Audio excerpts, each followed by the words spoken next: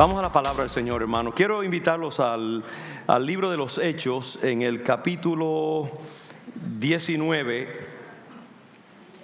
Vamos al versículo 11, aprovechando esta oportunidad que estamos así. Yo a veces siento que una vez que hicimos eso yo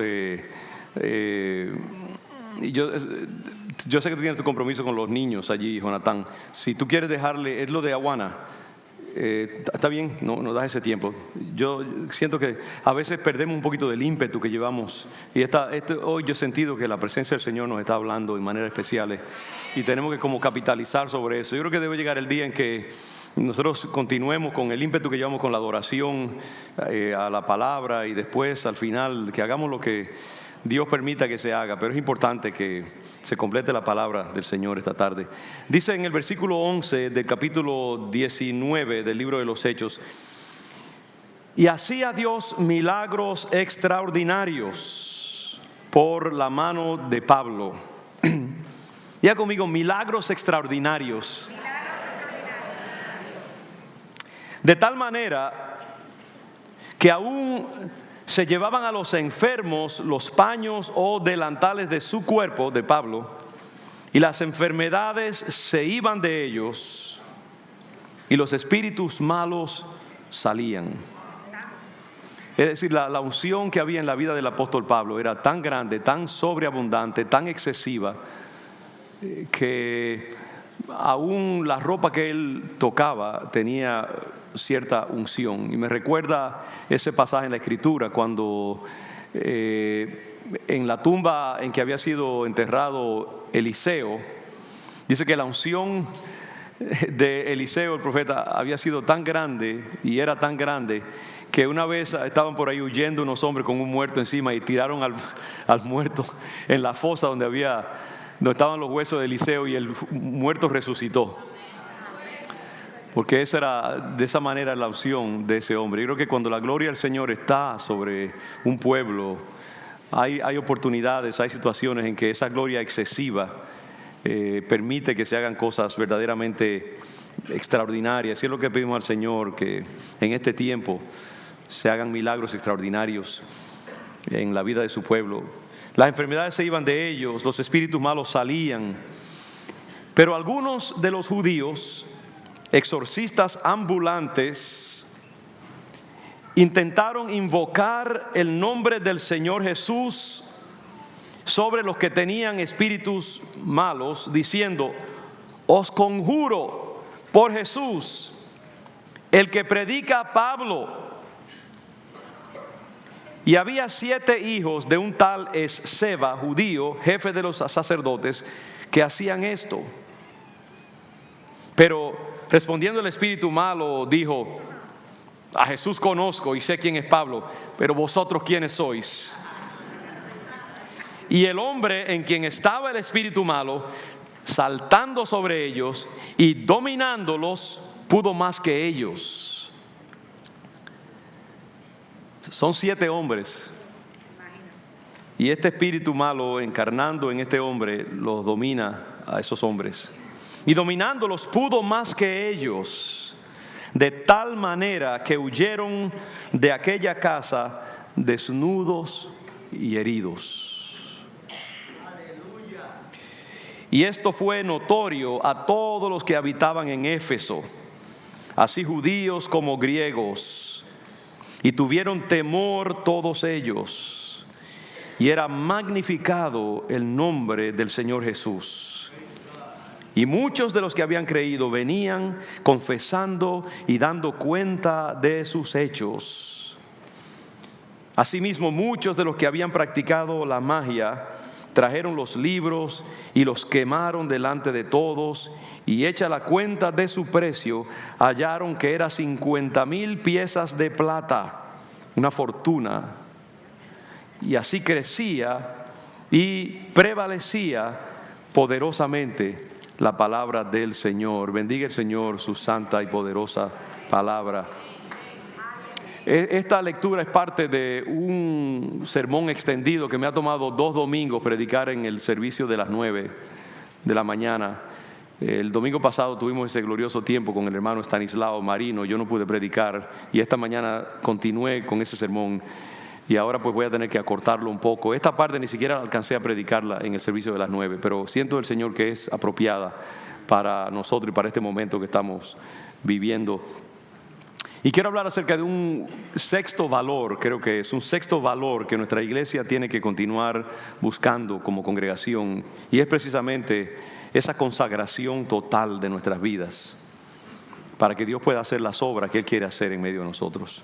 Dios está llamando mi vida, nuestra congregación a una entrega total, consagración total de nuestras vidas. El tiempo ha pasado para ser niños. El tiempo ha pasado para cristianismo como de costumbre. Yo creo que el tiempo se ha llegado para que nosotros entremos en la madurez. Y yo le hablaba a alguien de esta congregación precisamente hoy acerca de eso, de que tiene que haber un momento en que el niño entra en la adultez. El apóstol Pablo habla precisamente que quiso darle comida sólida a los corintios, pero no pudo, porque no eran capaces de digerirla. Y necesitaban llegar a ese momento en que pudieran consumir comida sólida, las profundidades, conocer las profundidades del Evangelio. Y eso es algo que Dios quiere en nosotros. Hace tiempo el hermano Carlos, pastor Carlos, me recordaba, Carlos Díaz, de que hace un tiempo atrás yo prediqué al inicio del año pasado y yo no sabía en qué me estaba metiendo. Cuando prediqué acerca de que Dios nos estaba llevando por un terreno por el cual nunca habíamos pasado antes. Y estamos todavía en ese tiempo de esa predicación. Yo creo que se desató algo que hemos estado viviendo. Yo sé que yo lo he estado viviendo de una manera muy poderosa, muy profunda y muy agónica. Pero Dios sí quiere entrarnos en una tierra y a través de un camino por el cual nunca antes hemos pasado, y entrarnos en esa tierra de adultez, esa tierra que ya no es el maná, que es un sustituto para lo que viene. El maná era simplemente un aguante. El maná era algo que Dios tenía allí para los hebreos mientras estaban en ese limbo del desierto. Ellos pudieran hace años atrás, 40 años antes, haber entrado en la tierra prometida que Dios tenía destinado para ellos cuando salieron de Egipto. En realidad el cruce era muy pequeño, pero no pudo entrarlo porque no estaban preparados, porque eran inmaduros, eran carnales, estaban lejos de la madurez que Dios quería para ellos. Y Dios tuvo que tenerlos 40 años en el desierto. Y en el libro de Deuteronomio, el Señor les dice, ¿por qué? Dice, te tuve allí para quebrantarte, para humillarte, para enseñarte que no solo de pan vivirá el hombre, para, ¿cómo se dice? To wean you, ¿cuál es la palabra? Destetarte, detoxificarte, quitarte la adicción a los ajos de Egipto, a los placeres de Egipto, a las comidas apetitosas y sabrosas y muy spicy, sazonadas, y te puse ahí a comer maná, que era algo así bien desabrío. No sabía nada, por eso se llama maná. Y Dios los tuvo allí en dieta 40 años con lo mínimo. No les dio ropa nueva, no les dio zapatos nuevos, no podían, sino que simplemente les renovaba lo que tenían puesto encima. Y la comida era así monótona, porque no estaban preparados para consumir la comida de la tierra prometida de Canaán. No estaban preparados para entrar en Canaán, que era el lugar donde, ahí sí dice, era una tierra que fluía leche y miel. Ahí construirían un santuario de verdad y no el santuario sustituto, que era el tabernáculo temporero, la tienda esta, que era un tipo de lo que habría de venir con el templo real, verdadero, que iban a construir más adelante. Y a veces Dios tiene su iglesia así. Y yo creo que Dios tiene la iglesia suya y la ha tenido así por mucho tiempo, con sustitutos. Y todo esto que nosotros vivimos en este tiempo, todo lo que hacemos es un sustituto, es un aguante. Pero Dios quiere entrar a su iglesia a un nivel mayor de consagración y de entrega. Y Dios le dijo al pueblo hebreo que se santificaran. Ustedes recuerdan que se tomaron un tiempo. Él les dijo, prepárense. Y al mismo Josué le dijo, santificaos porque mañana haré maravillas entre vosotros. Y definitivamente antes de la manifestación de la gloria de Dios tiene que venir esa entrega, esa consagración total. Y es algo que Dios quiere para nosotros, mis hermanos, en este tiempo. Y León de Judá tendrá que ser una iglesia que, aparte de las otras características que hemos señalado, ser una iglesia que sea una señal para el mundo, ser una iglesia plantada en la palabra de Dios, ser una iglesia de transformación, cambios, crecimiento espiritual para los que pertenecen a ella, ser una iglesia de misericordia, de amor, de paciencia los unos con los otros mientras somos más y más llevados a esa conformación y conformidad progresiva a Jesucristo, y ser una iglesia llena del Espíritu Santo. También ser una iglesia de total consagración al Señor, una iglesia de conversión. Sabe que antes se usaba esa buena palabra pentecostal, fulanito se convirtió. ¿Cuántos recuerdan esa palabra? Hoy en día no se habla de eso. Se convirtió, eso suena como muy pasado de moda. Pero esa gente antigua entendía que la vida cristiana hay que convertirse. Hay una conversión. Y por eso yo creo que ellos, y yo creo que tiene un cierto grado de bendición. Las mujeres se convertían y comenzaban a vestirse de una manera diferente. Y los hombres también adoptaban un estilo de vida diferente. Y era como una señal que se le ponía a la persona, que la vida cristiana es una vida diferente, es otra vida, es otra. Y la vida cristiana tiene que ser una vida de entrega, de consagración total. Porque es que Dios no se manifestará, como decía también el pastor Isaías antes de la distribución de la Santa Cena. Tiene que haber una entrega, tiene que haber una santificación, tiene que haber un apretar las tuercas. Yo creo que hay un tiempo en que es posible uno moverse. Cuando los soldados no están en guerra, se permiten una cantidad de lujos, ¿sabe? Están en su casa, llegan, se acuestan con sus mujeres, cenan en la casa, el domingo salen con los hijos porque no hay guerra. Y hasta ponen un poquito de peso porque no están en guerra. Cuando llegue el momento de la guerra, los llaman, se tienen que retirar de sus familias, tienen que ir al campo de la guerra, tienen que comenzar a entrenarse, tienen que comenzar a prepararse porque saben que les espera un tiempo de prueba, de lucha, de exigencia.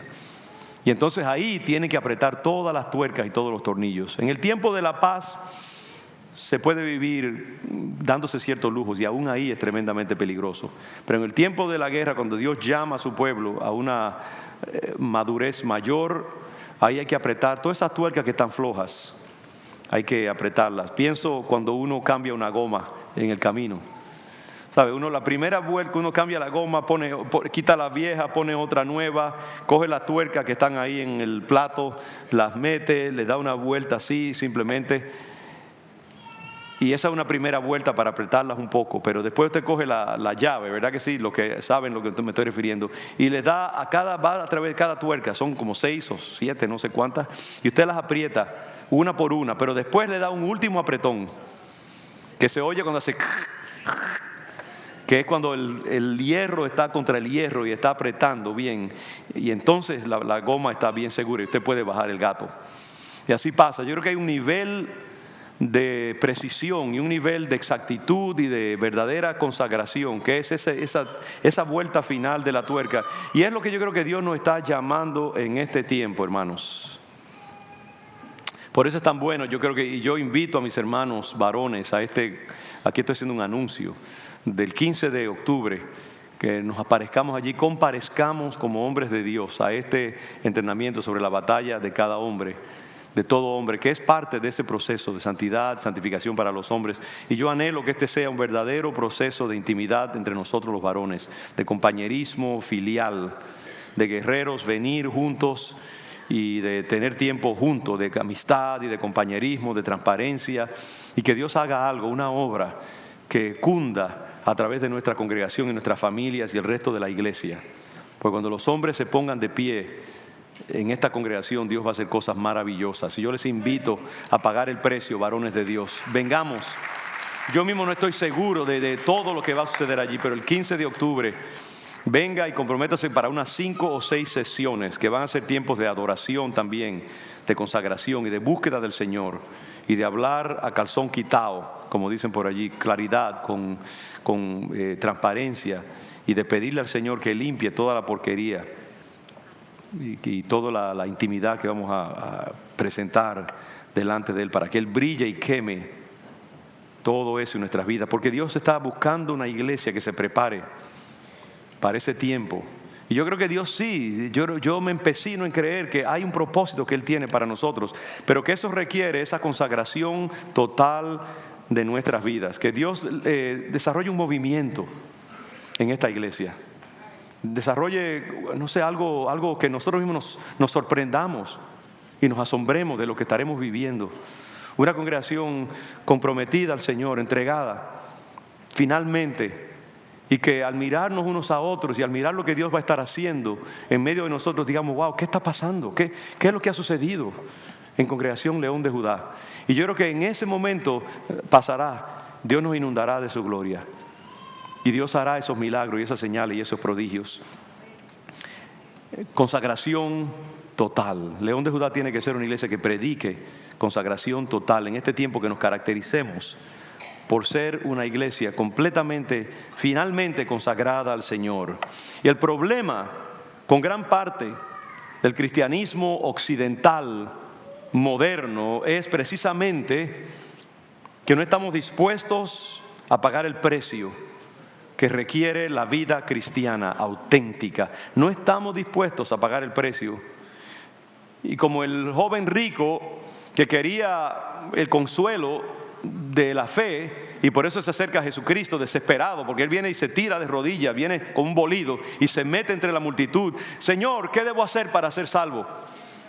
Aunque es un hombre religioso, aunque es un hombre que conoce los mandamientos, va a la iglesia dominical, diezma, ofrenda, es un hombre tenido por religioso, pero no tiene consolación, no tiene esa seguridad de su salvación.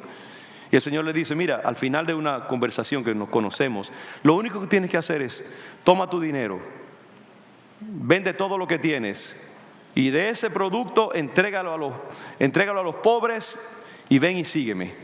En otras palabras, el Señor le estaba pidiendo que diera lo que Él más amaba, que entregara lo que Él más apreciaba, que entregara ahí donde estaba el centro mismo de su vida y de su afecto. Eso que simbolizaba a su Isaac, que se lo entregara al Señor. Y Él no estuvo dispuesto a hacerlo. No pudo meterle el puñal a Isaac.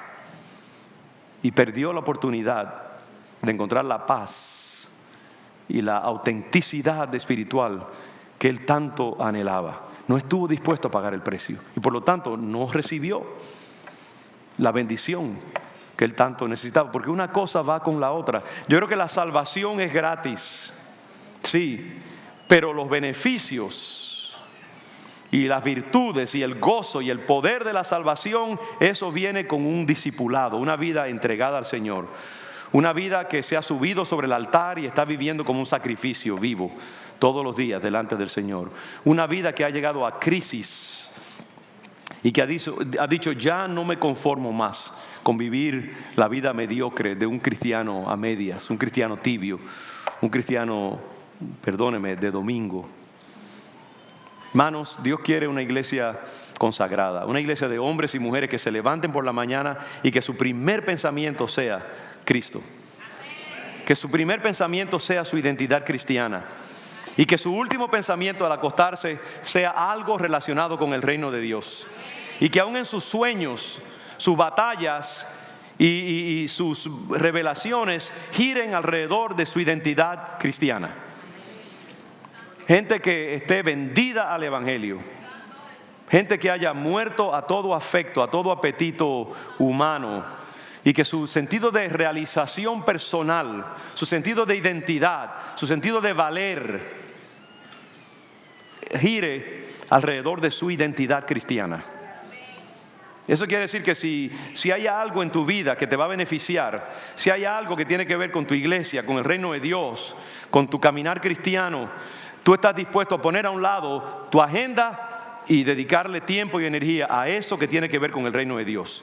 Que tú puedas decir como el niño Jesús entre los ancianos: ¿no entienden ustedes que en los negocios de mi Padre yo tengo que estar?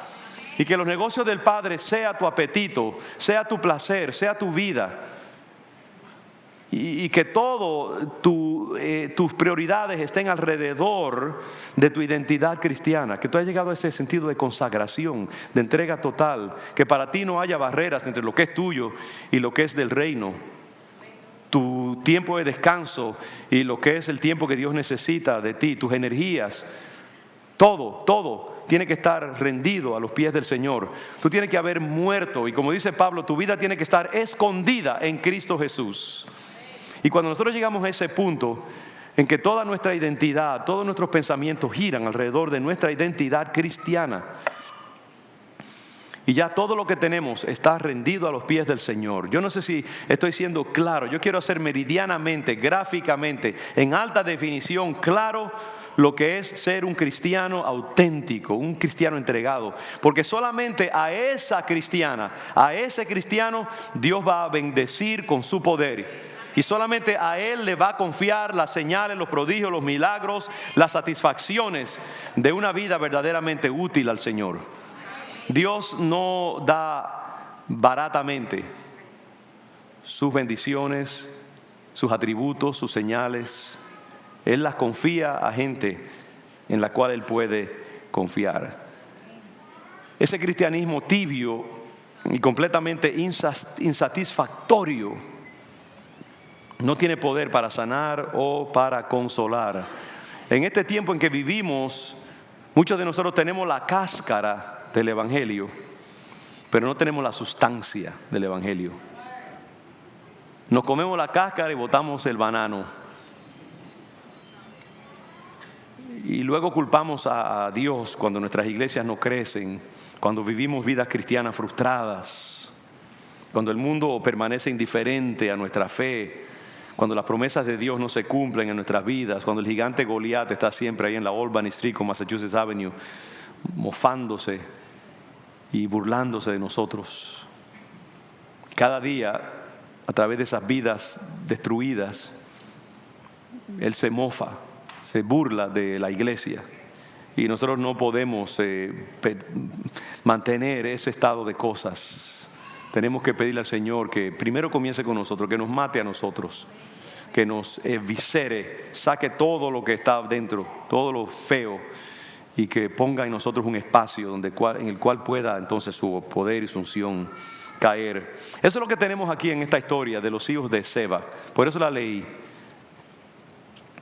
Este pasaje que yo acabo de leer, entre estos 7 varones y Pablo, muestra la diferencia que hay entre una espiritualidad poderosa, genuina, auténtica, que sabe del poder de Dios, que proviene de un compromiso total con Cristo y con su reino, y una espiritualidad que es solo de nombre.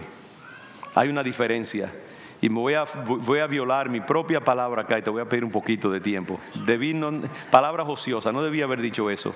Perdónenme y vamos a tomar un poquito más de tiempo. Amén. Yo voy a terminar, no se preocupen, voy a hacer todo lo posible por acelerar este proceso. Pero es algo que es importante que yo atornille en la sensibilidad de nuestro pueblo esta tarde, porque hemos tenido una visitación bella del Señor. Y tenemos que capitalizar sobre eso. Pero ustedes ven que hay una diferencia acá que está siendo descrita. Está Pablo, un hombre completamente entregado al Señor. Dejó su pasado, su carrera, su identidad profesorial, todo lo que él conocía, todo lo que él pensaba que era legítimo y que era verdadero, tuvo que echarlo todo a la basura. Porque toda la ley de Moisés se le fue en un instante cuando Cristo se reveló como el Mesías prometido. Y todo lo que él aprendió en el seminario lo tuvo que botar y echarlo a la basura. Y ahora comienza como un bebé. Y él tuvo que comenzar como un bebé. Y así fue. Cuando Dios lo tumbó del caballo en camino a Damasco, se lo llevaron de manos, de brazos, porque estaba ciego. Como un bebé no podía valerse por sí mismo. Y estaba ciego cuando Ananías, un hombre humilde y sencillo, va donde este poderoso fariseo con su intelecto inmenso, y Dios le dice a ese humilde trabajador que ore por ese gigante intelectual, teológico que está ahí como un niño. Y a Pablo le sacaron todo lo que tenía dentro. Y Pablo estuvo dispuesto a hacerlo y tuvo que pasar por el trapiche de una formación nueva total, un anonimato. Él era un celebrity, él era un hombre muy valioso y muy notorio y de mucha autoridad entre su gente. Ahora de momento pasa a ser un paria, pasa a ser un rechazado, un don nadie. Y él tuvo que pasar por ese proceso para poder llegar a donde Dios lo quería llevar. Y tuvo años de anonimato y de preparación. Y finalmente Dios lo llamó. Y ese Pablo que lo había dejado todo y decía que todo lo tengo por basura, dice, por el conocimiento de Cristo. Todo lo he dejado, decía Pablo. Y la vida de Pablo estaba resumida en una sola cosa, y era proclamar a su Señor. Y si tenía que morir, morir.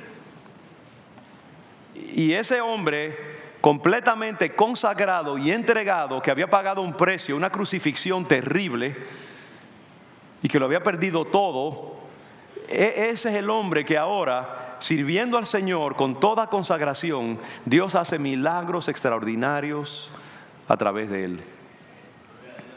A diferencia de estos 7 hombres que eran religiosos,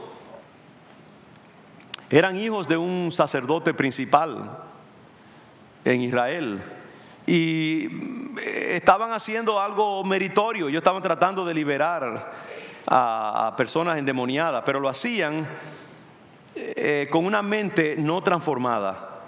Ellos todavía tenían la mente religiosa del judaísmo. Ellos pensaban que esto era un asunto como de brujería o de magia, que si ellos usaban el nombre de Jesús como un talismán, como se usa una fórmula mágica se supone que trabaja independientemente de la persona que la usa. La fórmula mágica en sí, las palabras tienen poder independiente de la persona a la cual están unidas, ¿no? La fórmula mágica es como un instrumento externo. Y ellos pensaban que así era Cristo, porque tenían una mentalidad pagana, tenían una mentalidad no transformada, tenían una mentalidad no cristiana.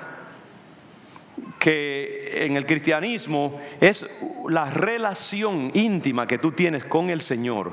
Eso es lo que te permite usar el nombre del Señor.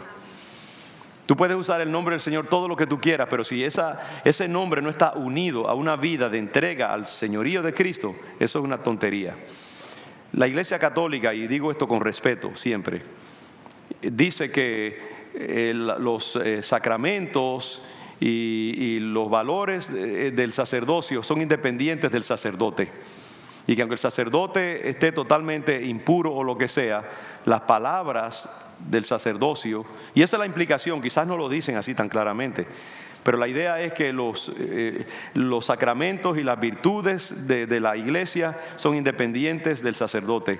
Lo que la Biblia dice es diferente, y es que hay una conexión entre la efectividad de nuestro sacerdocio y nuestra conexión directa con Cristo Jesús, y que nosotros tenemos que llevar nuestra vida a ese nivel para que nuestro poder se pueda transmitir a nuestros hijos, nuestros hogares, nuestra salud, nuestra finanza, nuestra vida emocional, y que nosotros podamos descabezar a esos gigantes que hay en nuestras vidas. Hasta que nosotros no nos consagramos al Señor totalmente, podemos usar todas las fórmulas mágicas, podemos orar, podemos usar palabras grandilocuentes, pero nuestra vida no tendrá la efectividad. Quizás por misericordia Dios hará ciertas cosas. Y no quiero decir que tenemos que ser perfectos, aunque debiéramos aspirar a eso, porque Dios usa cualquier cosa. Dios usa vasos imperfectos, claro que sí.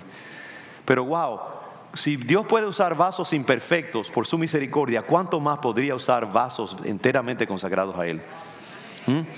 ¿Quién sabe cuánto estamos perdiendo de lo que podría lograrse si nosotros apretáramos esas tuercas y nos entregáramos totalmente al Señor? Estos hijos de Seba conocían la fórmula, conocían al Dios de Pablo, y por eso dicen: en el nombre de Jesús, el que predica Pablo.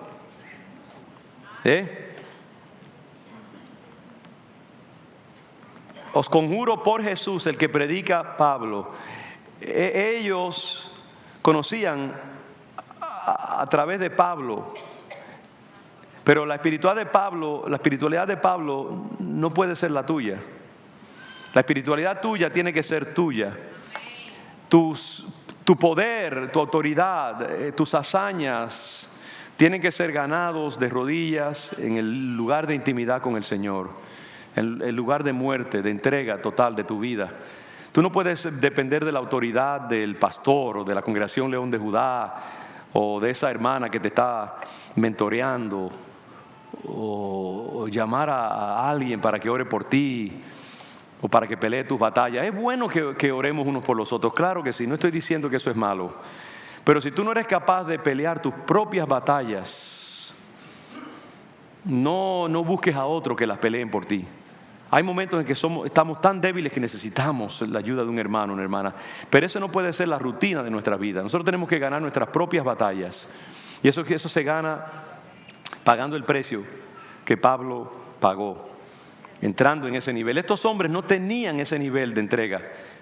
No conocían al Cristo de Pablo. Y por eso el demonio le dijo: hey, yo conozco a Pablo, yo conozco de Jesucristo, porque los demonios conocen a Jesús y tiemblan, ¿no? A Jesús conozco y sé quién es Pablo.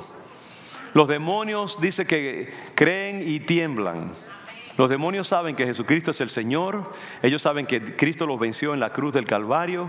Ellos saben que Cristo ascendió a los cielos. Ellos saben que Cristo viene otra vez. Ellos saben que Él es el Señor de señores y Rey de reyes. Y ellos lo entienden, pero no tienen la capacidad, porque están ya rechazados por Dios, no tienen la capacidad de generar en ellos mismos el creer y el arrepentirse, porque eso viene de Dios y Dios ya lo rechazó. Al que mucho se le da, mucho se le pide. Eso eran ángeles que conocieron a Dios en una manera como los humanos no lo conocen, y aún así se rebelaron contra Él. Ya no tienen derecho a arrepentirse, perdieron ese privilegio. Ellos conocen, pero no pueden arrepentirse. Ellos dicen: a Jesús conocemos y también sabemos quién es Pablo, pero a ustedes no lo conocemos. Y lo que le queremos pedir al Señor, pedir que los músicos pasen acá y entonces vamos a tener finalmente esos anuncios. Lo que necesitamos, hermanos, es ese entendimiento. Pablo entendía eso. Quiero que lean conmigo un último pasaje, Filipenses capítulo 3, del 7 al 11. Filipenses 3, 7 al 11. Pablo había pagado el precio y por eso podían esos milagros hacerse en su vida. Y lo que Dios nos está diciendo a Congregación León de Judá es: hermanos, paguemos el precio. Como nunca, Dios me está llamando y nos está llamando a cada uno de nosotros a apretar las tuercas, apretarlas hasta que ya la llave esa no dé más. Hay veces que la gente, cuando está apretando las tuercas, yo no sé si es legítimo o no, le meten el pie encima a la llave y la aprietan para poder tener más fuerza todavía, para apretarla más.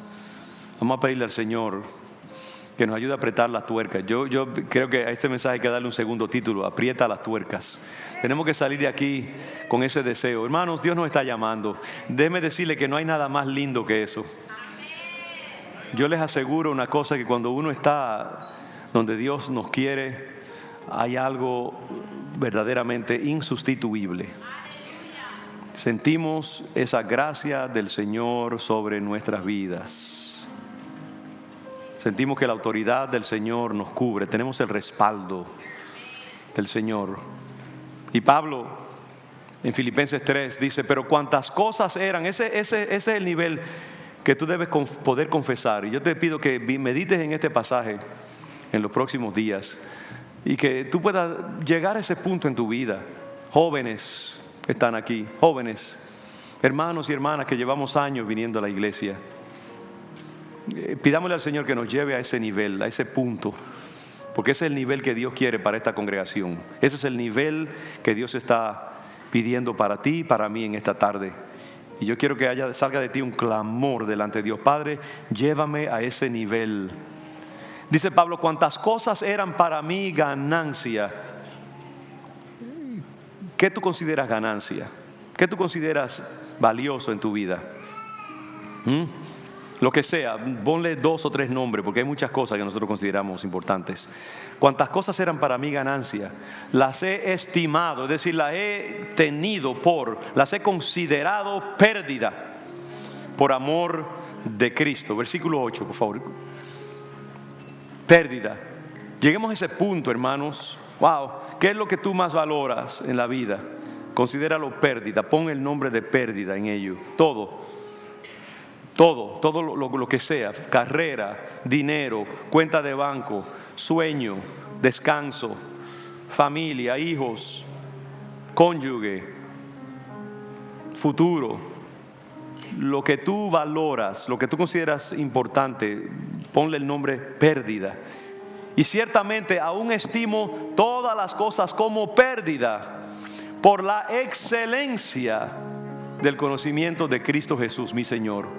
No podemos conocer a Cristo excepto a través de esa muerte personal, por amor del cual lo he perdido todo y lo tengo por basura para ganar a Cristo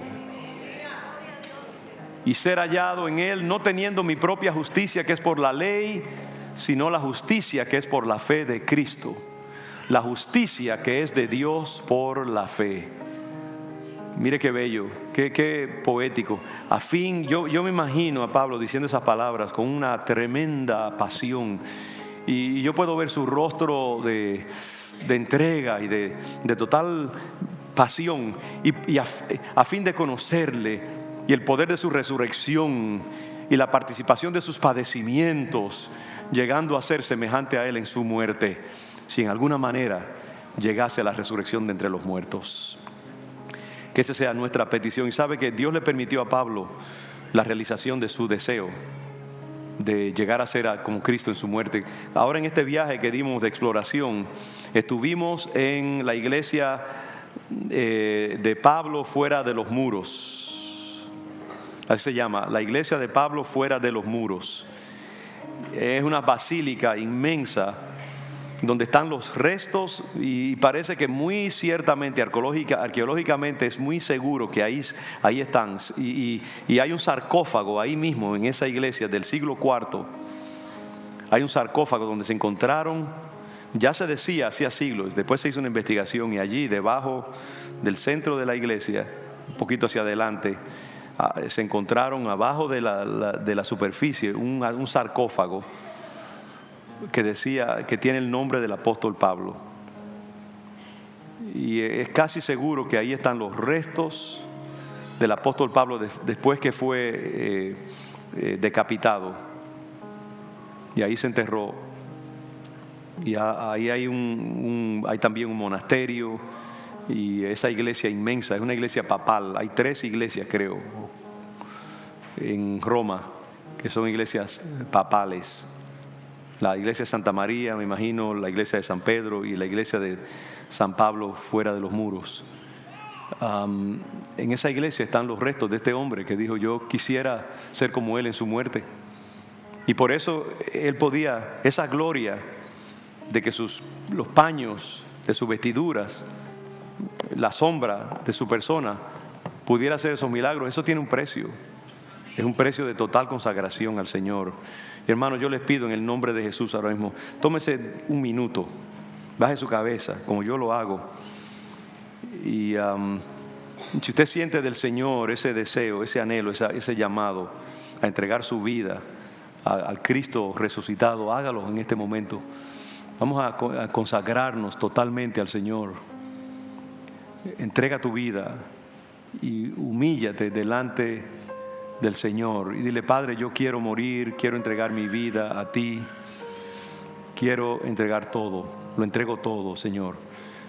Hermano, si tú llevas 10 años, 15 años en Congregación León de Judá y todavía no has llegado a ese punto de muerte, ¿por qué no lo haces ahora mismo?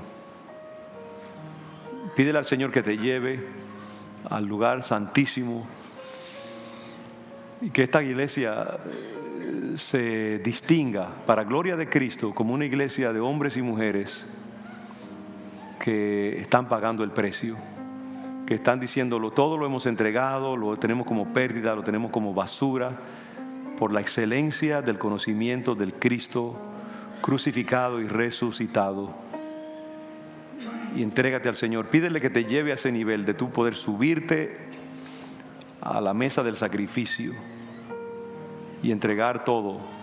Mientras más joven seas, mejor, porque más años le puedes dar al Señor. Mientras más tengas, mejor, porque más le puedes dar al Señor. Y entreguémonos. Padre, nosotros nos entregamos a ti y te pedimos que te glorifiques en este pueblo. Conforme a esta palabra, Padre, reconfigúranos y haz de nosotros algo nuevo y diferente, Padre. Nosotros no lo podemos hacer por nosotros mismos. Nosotros no podemos meter el cuchillo sobre nuestras gargantas. Alguien tiene que hacerlo, Señor. Hazlo tú, Padre. Lleva a esta iglesia donde tiene que llegar, Señor. No queremos los simulacros, no queremos los símbolos del Evangelio. Queremos la realidad. Queremos entrar a la tierra prometida. Queremos entrar a Canaán. Sácanos del desierto. Sácanos del maná. Sácanos de la ropa vieja que tú mantienes por tu misericordia sobre nosotros, los zapatos mismos de siempre. Queremos leche y miel, queremos casas nuevas, queremos pozos de los cuales fluya agua fresca. Y queremos los beneficios, queremos el templo real, no el tabernáculo que es un sustituto. Queremos el templo real, verdadero, donde podamos adorar. Lleva esta iglesia a ese nivel, Padre. Hoy nos consagramos a ti, nos entregamos a ti, Señor. Entrégale al Señor todo ahora. Entrégaselo al Señor. Gracias, Padre.